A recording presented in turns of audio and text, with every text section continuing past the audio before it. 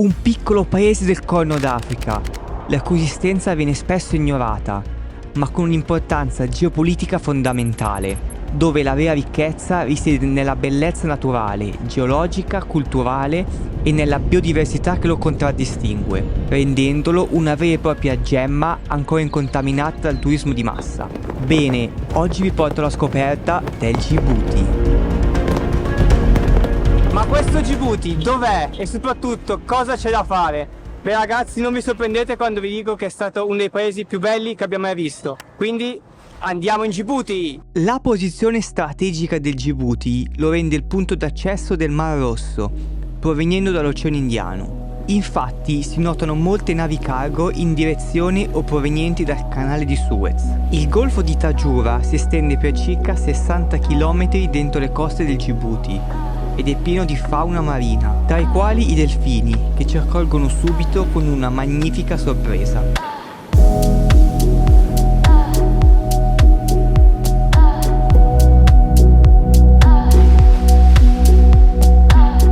All'ingresso del golfo si trova l'isola di Musha, la nostra prima meta, dove abbiamo anche modo di procurarci il pranzo. Wow, look at the teeth on this bad girl.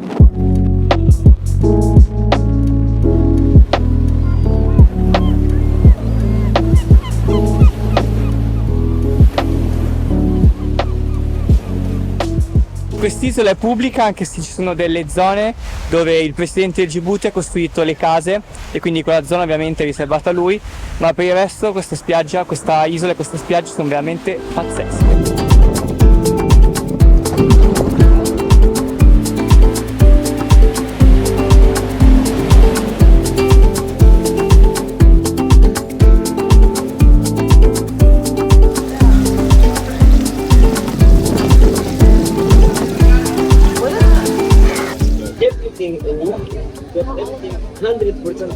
Pesce fresco pescato un'ora fa. L'interno dell'isola lascia spazio ad un panorama un po' più tetro, caratterizzato da zone aride e da zone rigogliose di vegetazione, come questa foresta di mangrovie. Praticamente stiamo camminando una palude di mangrovie con i corvi che volano su di noi. Il paesaggio intorno è molto bello.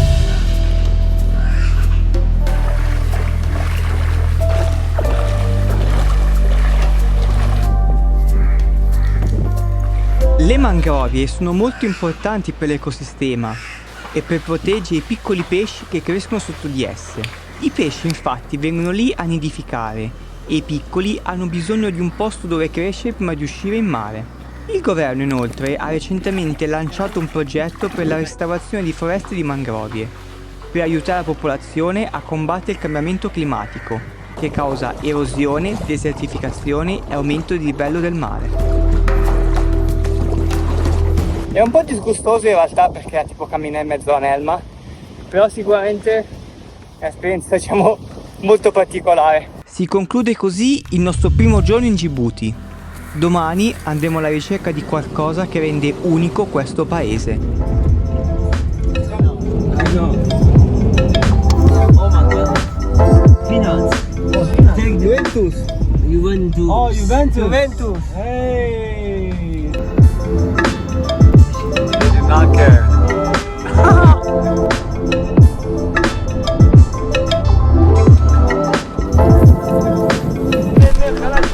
Ok, oggi andremo alla ricerca degli squali balena qua in Djibouti, perché a quanto pare è uno dei siti mondiali più belli per poter nuotarci insieme.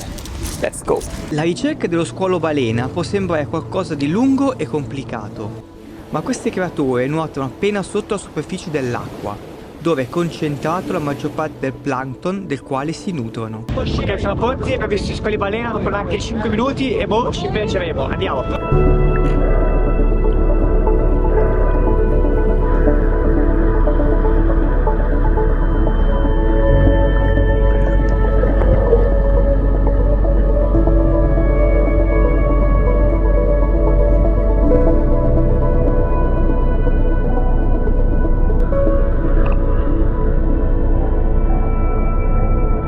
Anche se avevo già avuto modo di nuotare con queste splendide creature, le emozioni che provi in questi momenti sono sempre straordinarie. Questa volta però è stato ancora più speciale, perché non uno ma ben 2 squali balena si sono avvicinati a nuotare con noi, tanto che li potevi quasi toccare con la mano.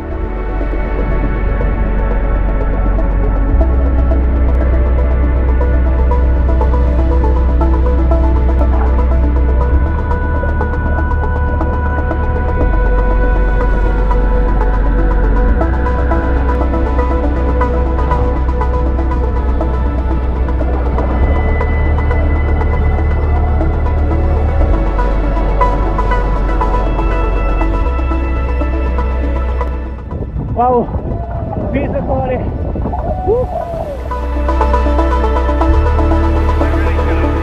Nuotare con questi squali è stata una cosa fenomenale.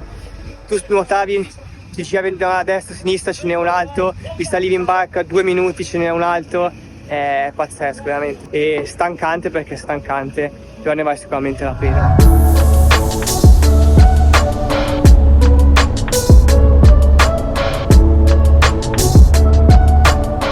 Il viaggio riprende verso ovest, lungo la strada che collega il Djibouti con l'Etiopia.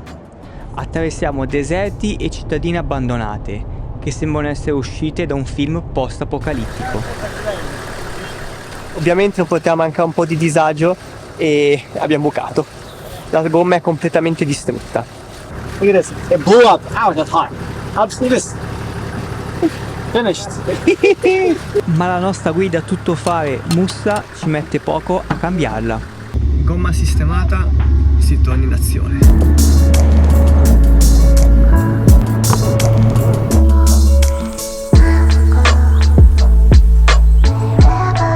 In lontananza cominciamo a scorgere i picchi che caratterizzano la nostra destinazione, ovvero stiamo parlando del Lake Abyei, al confine tra Djibouti e Etiopia.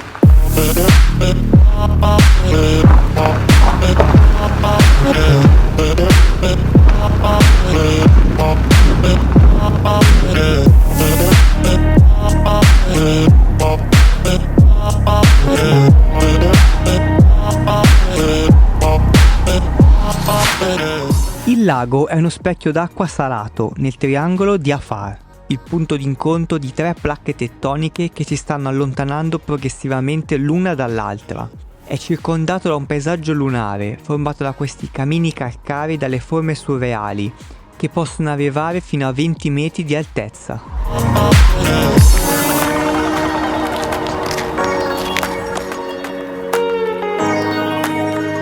Salutiamo così il sole in Djibouti, in questo canyon, in questa valle assurda, bellissimo. Veramente sembra di essere su un altro pianeta. Non so più cosa dire. Djibouti, siamo solo al giorno 2, ma mi stai piacendo un botto.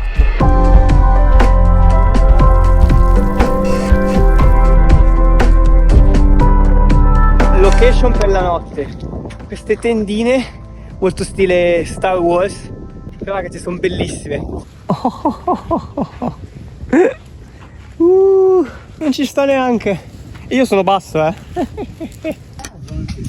Spaghetti djiboutiani si possono chiamare. I already know the answer. I already know he's disappointed. It's the same thing every time, anytime it's Italian food anywhere in the world. Mamma mia, no bueno. Sì? Same. Chiamare spaghetti è un disonore per la patria. Classic Italian. E dopo questo lauto pasto è tempo di godersi una tipica danza locale delle tribù che abitano in queste zone. Hey, go down, oh!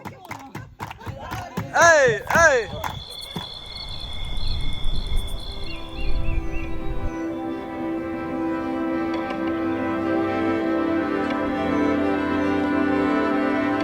Sei del mattino, missione alba, direi molto bella.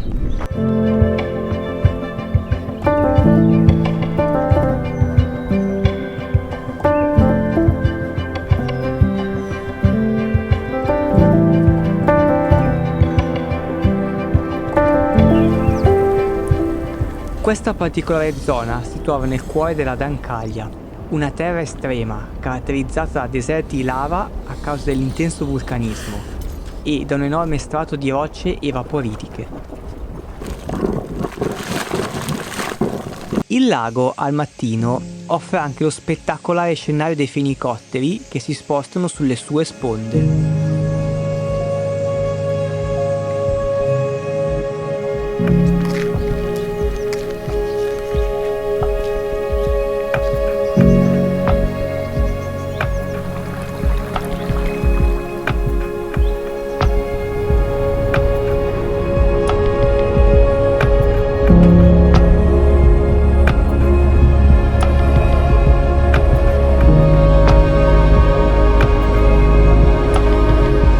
Lungo la strada per visitare questo villaggio locale dei nomadi del Djibouti, e loro vivono così, in queste casette fatte di legno in mezzo al deserto praticamente. I nomadi del Djibouti, conosciuti anche come il popolo degli Afar, sono considerati uno dei popoli più duri sulla terra, dato che vivono in un territorio molto ostile all'uomo.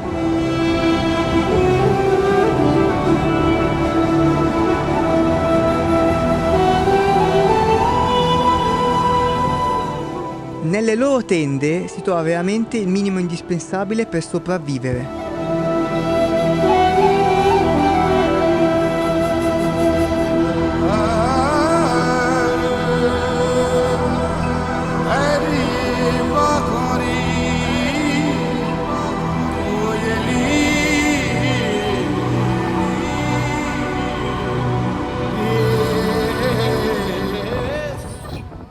Cerchiamo di fare amicizia con Oh, he un po' hates di you. flora locale, un po' di fauna. Oh, she's so cute. Oh, he likes that. He likes that. Oh, yeah. Oh, Siccità, vulcani e la possibilità sempre presente che il terreno sotto i tuoi piedi possa spaccarsi. Ma cosa ha spinto questo popolo a insediarsi proprio in queste terre? Beh, una merce che ne vale la pena, il sale.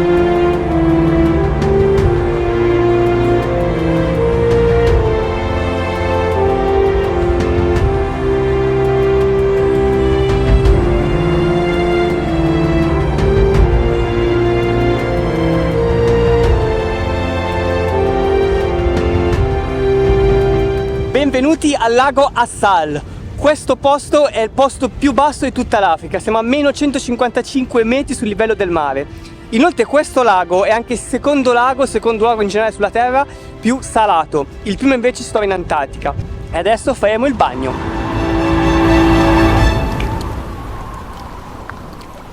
Oh, l'acqua è calda, però devo dire che camminarci è difficilissimo perché con le flip-flop, le ciabatte, non è facile. E comincio già a sentire tutto il sale che mi pizzica la pelle. Adesso, tecnicamente, quando mi immergerò, non tutto il corpo perché la testa non la puoi immergere, altrimenti muori dal dolore. Voglio praticamente fluttuare come se non ci fosse gravità, perché il sale ti tiene su. Attenzione!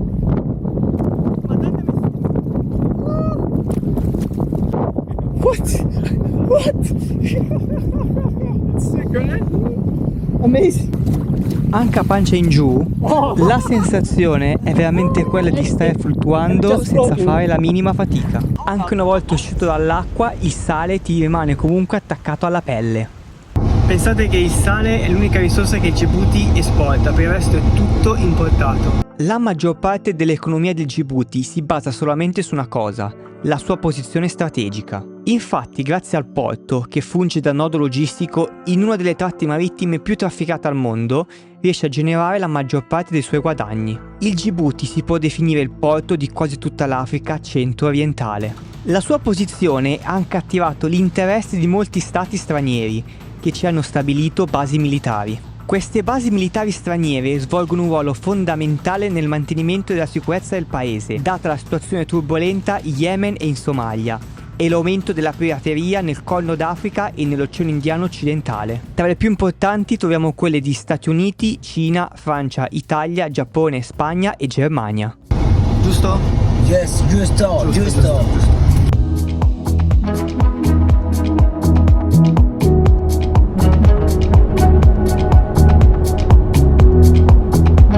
Proseguiamo il viaggio verso uno dei parchi nazionali del Djibouti, facendo nuove conoscenze sul tragitto. Il babbuino del Djibouti è facilmente riconoscibile dal colore del suo fondoschiena ed è tipico del Corno d'Africa. Infatti, tra tutte le specie di babbuini è quello che vive più a nord.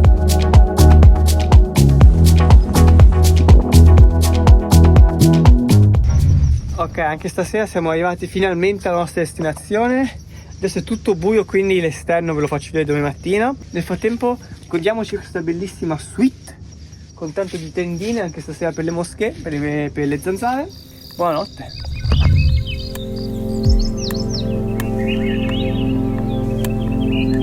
Questa è stata la casetta dove abbiamo dormito questa notte. Devo dire, sono dormito veramente bene, molto molto comoda. Oggi faremo un trekking appunto in questa terra, in queste terre, e per poi rispostarci di nuovo verso la costa. Quindi colazione, energie e si parte all'avventura.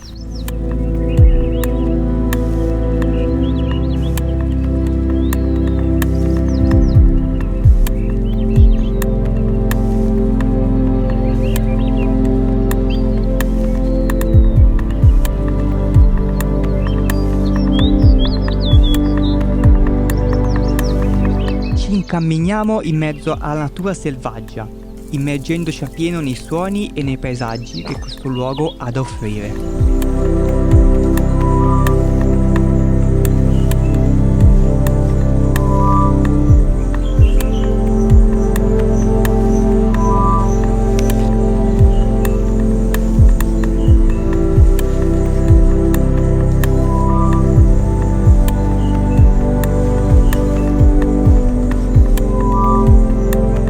Siamo arrivati in cima e lungo il percorso abbiamo sentito tutti i resti degli animali, in particolare di questi uccelli che però non siamo riusciti a vedere perché si nascondevano in mezzo agli alberi.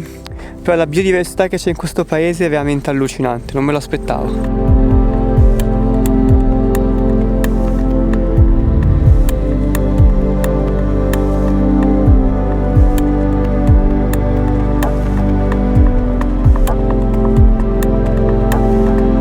Il sentiero prosegue in uno stretto canyon, camminando su rocce e piccoli ruscelli, fino ad arrivare a questa cascatina, perfetta per rinfrescarsi.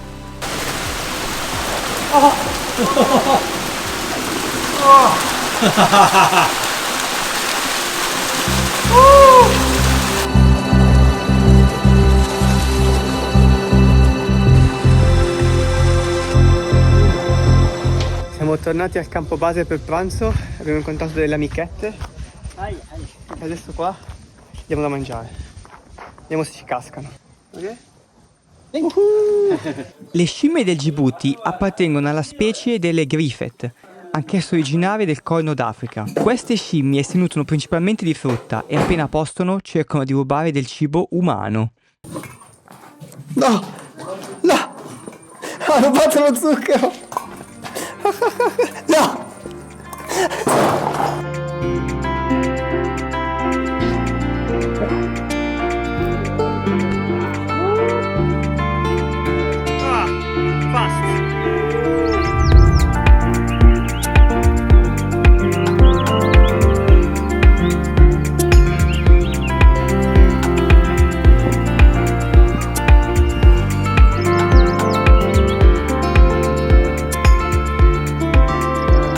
Ci rimettiamo in marcia per tornare lungo la costa.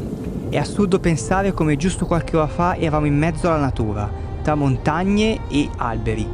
Ora invece siamo in mezzo al deserto, con tanto di tornado di sabbia che si palesa all'orizzonte.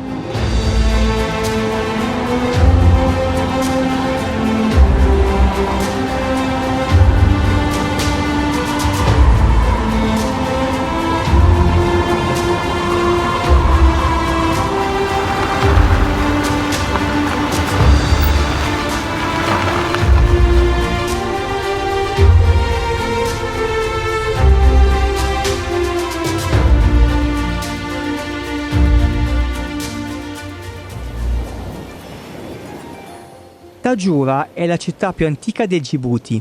situata sulla costa settentrionale del golfo omonimo. Grazie infatti alla sua posizione strategica, in passato divenne un importante centro per la tratta di schiavi e avorio e successivamente un attivo centro per il traffico d'armi con l'Etiopia. Adesso viene principalmente utilizzato come nodo portuale ed è piena di giovani e bambini. Qua infatti è dove passeremo la notte. Buongiorno, è un'altra splendida giornata qua in Djibouti. Questa notte non abbiamo dormito nelle tende o nei campeggi, ma in una location molto più carina, con tanto di piscina, attenzione. E ultimo giorno in questo paese e oggi, se riusciamo, andiamo a fare un trekking su un vulcano. Vamos!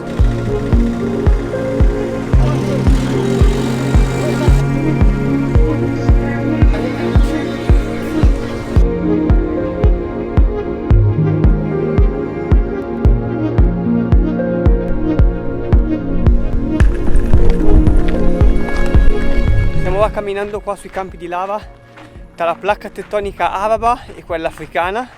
Qua è dove è nata la tripla giunzione tra Etiopia, Djibouti e Eritrea. Di solito le spaccature tra le varie placche tettoniche si trovano in fondo agli oceani. In Djibouti invece è uno dei pochi posti sulla terra dove ci si può camminare sopra, in alcuni casi anche dentro dei tunnel vulcanici creati proprio dalla lava solidificata. Infatti si sente tutto il calore. Wow, pazzesco. Bye bye Riccardo, bye bye. Oh wow. Mi sento come Gollum nelle caverne. Per quanto sia un'esperienza molto interessante, uscire poi da questi cunicoli è più complicato di quello che avevo previsto.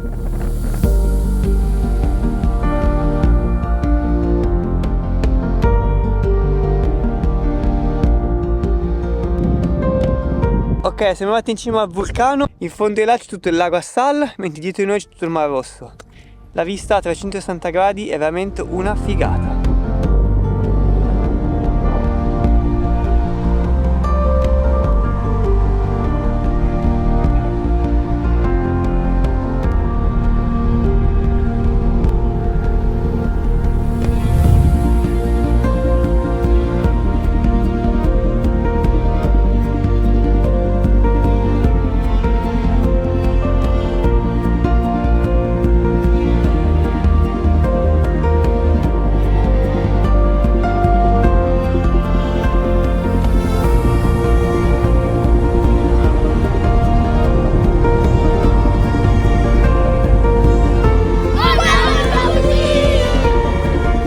Bene, finisce così anche questo viaggio in Djibouti e devo dire che questo paese entra sicuramente nella top 3 dei paesi che più mi ha sorpreso, perché non avevo aspettative, mi sono veramente sbalordito dalla bellezza di questo posto e soprattutto dalla biodiversità che c'è in questa terra. Quindi Djibouti, devo dire, approvato, anche strasicuro, non mi sono mai sentito in pericolo.